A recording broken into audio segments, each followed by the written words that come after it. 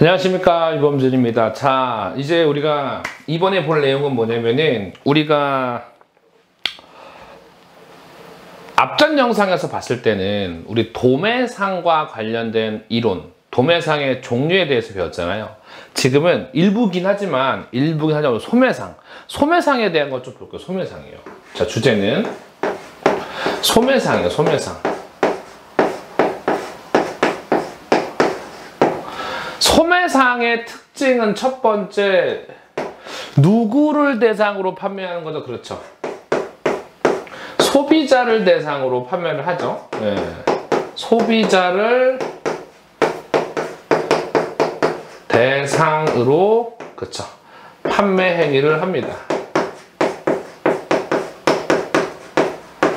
그러면 이러한 소비자를 위해서 뭘 하느냐? 구색 갖춤 기능이 있어요. 구색 갖춤 기능. 구색이 뭐예요? 구색. 9가지 색깔이라고 해서 다양한 제품을 갖추어 놓아야 할 어떤 그런 특징을 갖고 있습니다. 왜냐면 소매상은 좀 다양해야지만 아무래도 이제 소비자 입장에서는 어떤 그 소매상에 대해서 쇼핑하는 데 있어 즐거움을 좀 느끼는 편이거든요. 대표적인 게 이런 게 있고요. 네. 그런데 소매상과 관련해 가지고요. 이 소매상과 관련해 가지고 종류가 있어요. 종류. 소매상의 종류가 있는데 몇 개만 짚고 넘어가 보려고요. 소매상의 종류. 네. 큰 틀에서 봤어. 소매상의 종류. 첫 번째 이게 있습니다. SSM. SSM 이런 게 있어요. SSM. 키워드는 뭐냐면은 네, 그렇죠. 대기업의 슈퍼체인이에요. 슈퍼마켓 체인이에요. 대기업의 슈퍼마켓 체인. 대기업이 슈퍼마켓을 운영하는데 체인 형태로.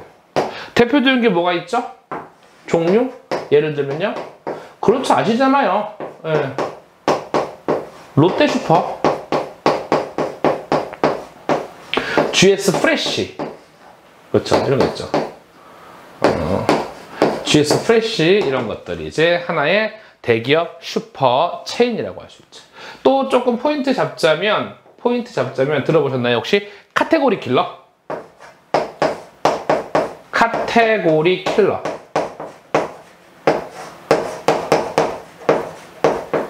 별표 하나 추가할게요. 예, 카테고리 킬러. 카테고리 킬러라는 건 먼저 키워드 이렇게 전문 할인점이라 불러요. 전문 할인점. 다시 말해서 전문품을 저렴하게 할인해서 판매한다라는 겁니다. 그래서 네, 실제로 구색, 한정된 구색을 가지고 있어요. 한정된 구색.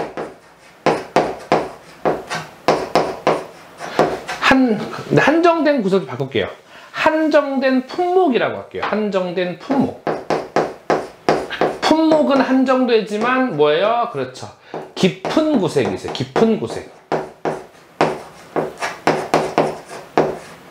깊은 구색. 깊은 구색이란 게 뭐냐면, 깊은 구색이 뭐냐면, 자, 예시를 한번 들어볼까요? 예시.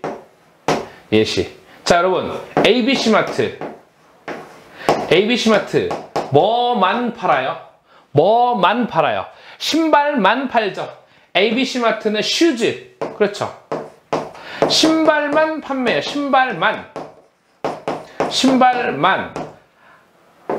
한정된 품목이죠.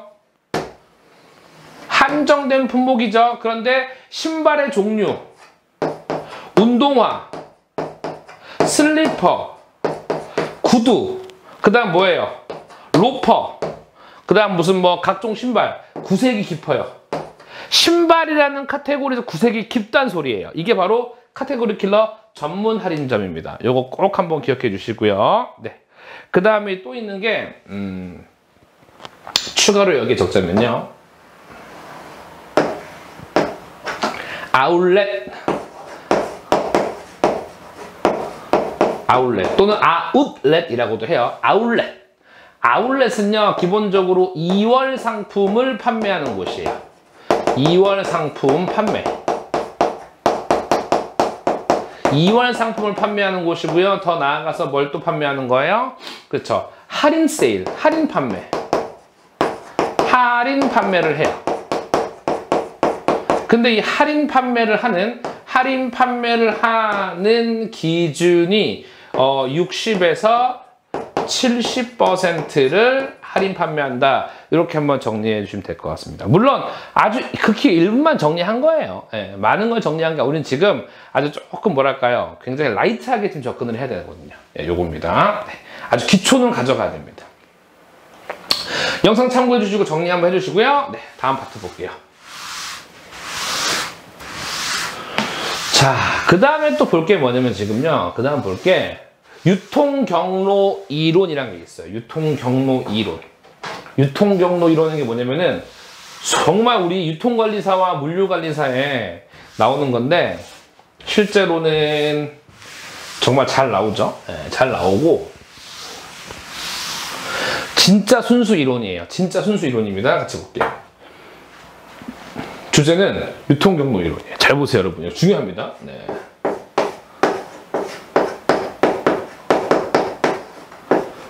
유통경로 이론이에요.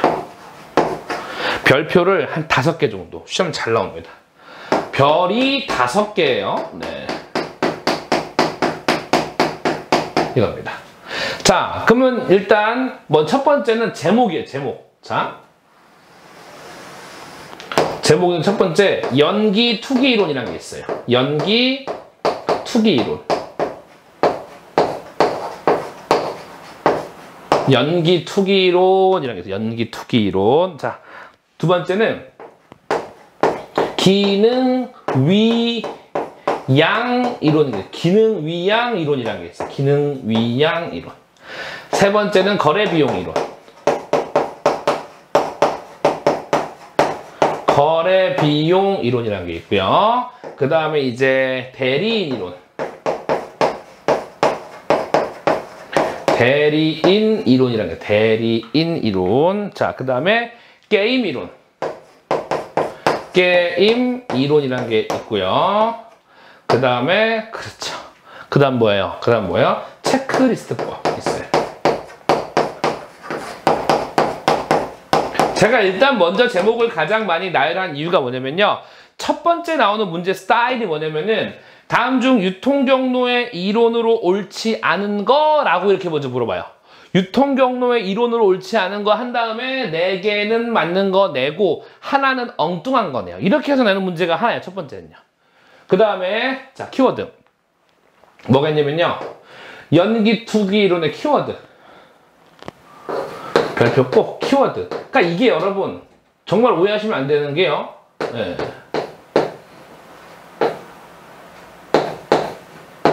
키워드. 네, 키워드. 키워드가 뭐냐면은 이런 생각을 해요.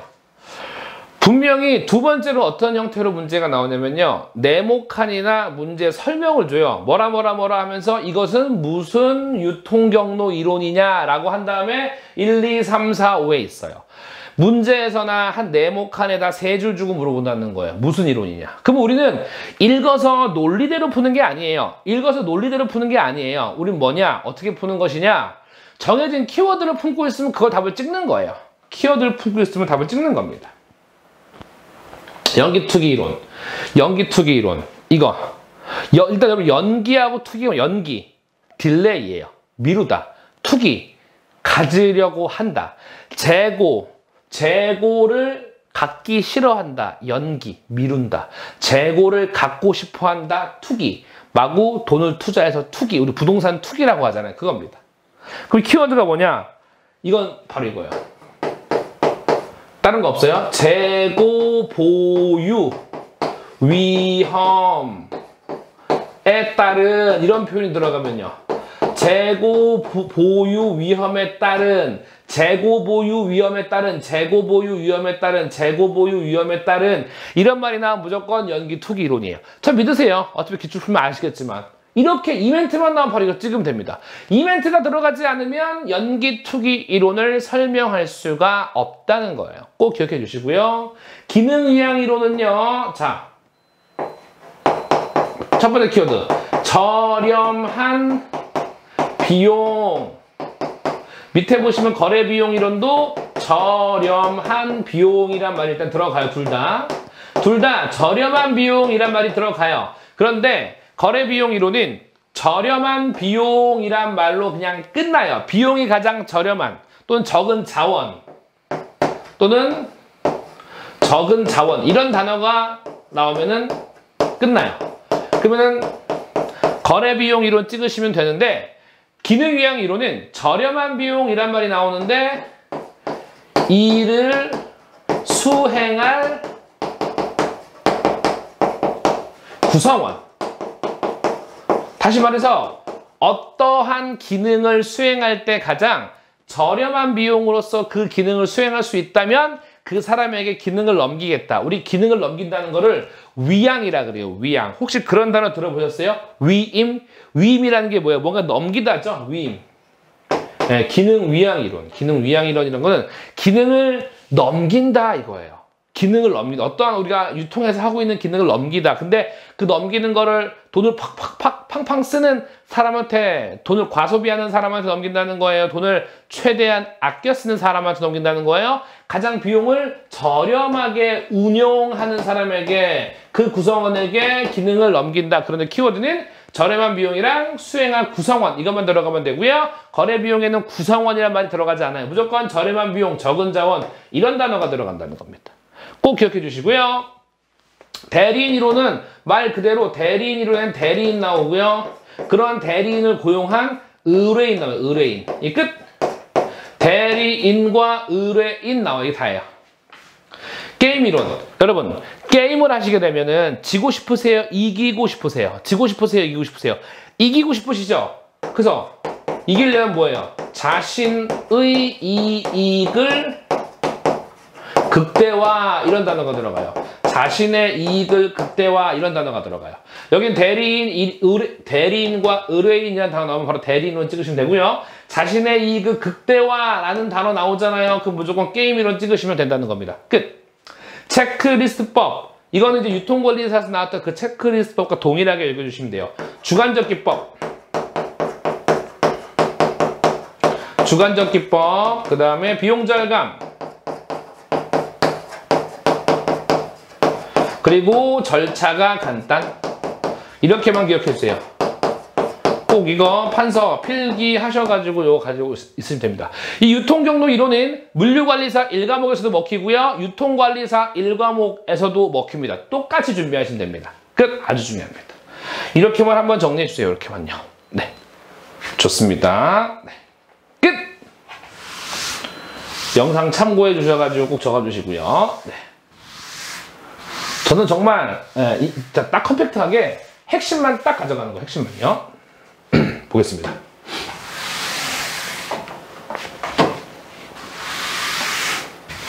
자, 다음 주제 보시면은 유통경로 쪽인데 이게 있습니다.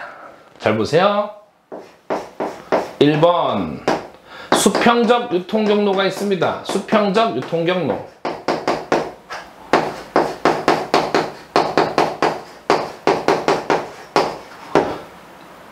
두 번째 2번 수직적 유통경로가 있습니다. 수직적 유통경로. 근데 우리는 이 수직적 유통경로에 추가로 별을 3개 하겠습니다. 추가로 별 3개입니다. 네. 무슨 소리냐? 수평적 유통경로, 수직적 유통경로. 이 말씀을 안 드렸네요. 우리 유통경로라는 건 아시겠지만 이 유통경로라는 거는 뭐예요? 통상적으로 봤을 때 제조 그리고 도매, 소매, 최종적으로 소비자죠. 예. 다시 말해서 이 소비자한테 가기까지 나타나는 일련의 이 과정, 일련의 이 과정을 뭐라고 하는 거예요? 이 과정을, 그렇죠. 이 과정을 유통 경로라고 하는 이 과정을요. 이 과정. 일련의 과정을 유통 경로라고 하는 유통 경로. 느낌 오시죠? 근데 수평적 유통 경로는 제조업자, 도매업자, 소매업자가 모두 다 평등해요. 서열이나 그런 게 없어요. 자, 그래서 이 수평적 유통 경로의 특징은요. 요 수평적 유통 경로의 특징은 그렇죠? 결속력이라고. 결속력이 매우 부족해요. 결속력.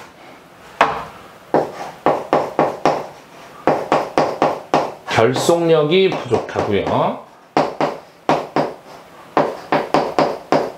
그리고 또 하나, 비용이 증가할 수가 있다. 비용 증가. 네. 하지만 수직적 유통 경로. 그 다음에 이제 성과가, 그렇죠. 성과가 미비하다. 성과가 미비. 성과가 미비하다. 이런 특징이 있어요.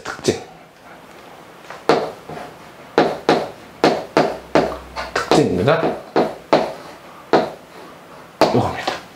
그러면 수직적 유통 경로가 제가 훨씬 더 중요하다고 말씀을 드렸죠. 자, 이 친구 보시면 자, 여기 구분이 돼야 돼요. 구분.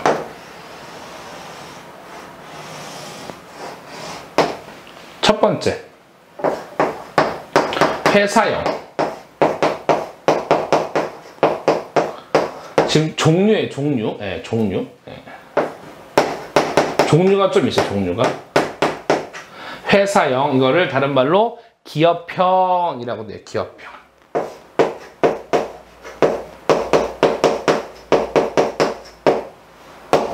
두 번째는요. 그렇죠. 계약형. 세 번째는 관리형. 네 번째는 동맹형. 이런 게 있어요. 일단 이게 기본 베이스예요. 네. 자, 잘 보세요. 수직적 유통 경로는 정확하게 이렇게 출제를 합니다. 이게 VMS라 그래요. Vertical Management System이라고 하는데 마케팅 시스템인데 VMS 영어로는요. 근데 이게 4개 중에서 어떤 설명을 준 다음에 뭐냐고 물어보거든요. 자, 회사형은요. 키워드가 꼭 가져가세요. 법적 소유.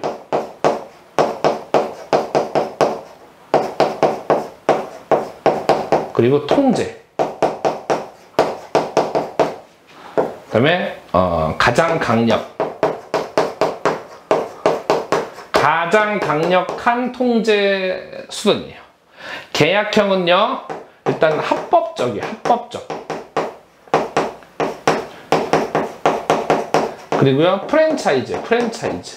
다 쓰고 설명드릴게요. 한번. 네, 프랜차이즈. 관리형은요. 리더가 존재. 그리고 동맹형은 어차피 평등하다고 바라보기 때문에 얘는요. 가져갈 필요가 없습니다. X. 잘 보세요. 수평적 유통 경로에는 위계 질서라는 게 없어요. 서열이 없어요. 모두가 평등해요. 그런데 수직적 유통 경로는 모두가 평등하고 서열이 있어요. 그런데 그 서열이 마치 회사처럼 기업처럼 잡혀진다는 거예요. 그 서열이요. 이거는 계약형. 어느 누구가 갑과 을이면 을이 내가 스스로 을이 되겠소라고 해서 합법적인 계약서를 쓰고 들어간다는 거예요. 그렇게 해서 유통 구조가 형성이 된다는 거예요. 그러면은 첫 번째 같은 경우는 유통 구조가 형성이 될 때 모두가 한 식구라는 거예요. 서열이 나누자 한 식구라는 거예요. 위계 질서가 반듯하게 있는. 그래서 가장 뭐 하기가 쉬워요? 법적으로 소유하고 있고 통제하기가 쉬운 가장 강력한 방법이라는 거예요. 계약형은요. 모르는 사람끼리 계약을 해서 스스로 갑과 을이 되기로 한 거예요. 그리고 그런 상태에서 유통 경로가 만들어진 거예요. 그러니까 계약을 한 상태로 내가 을이 될 걸 알고 유통 경로를 형성했기 때문에 이거는 합법적이랍니다. 왜냐? 계약서를 썼기 때문에요. 그런데 위계 질서가 있는 법적 소유가 있는 회사형도 아니고 계약서를 작성해가지고 만들어진 계약형도 아니고 관리형은 뭐냐? 서로가 어떠한 이런 구속된 계약은 없지만 우리 사람들끼리 모였으면은 누구 하나 좀 방구 좀 끼는 사람이 있잖아요. 조금 세력이 있는 사람. 뭐 예를 들어서 뭐 축구 동호회면 뭐 축구 회장, 조기축구 회장 같이 나름 그래도 힘을 쓰는 사람이 있잖아요. 그런 사람이 뭐가 돼서요? 리더가 돼서 그러한 리더가 존재해서 뭐를 형성한다? 유통 경로를 형성한다는 거예요. 이렇게 기억하시면 돼요. 그래서 결론입니다. 수평적 유통경로는 위에 거, 수직적 유통경로는 밑에 거. 그런데 둘 중에서요. 둘 중에서 뭐예요? 그렇죠. 둘 중에서 성과는 이 성과 부분과 어떤 이 유통경로의 종류를 넘어 또 다른 특징은 조금 더 보긴 봐야 돼요. 네. 성과는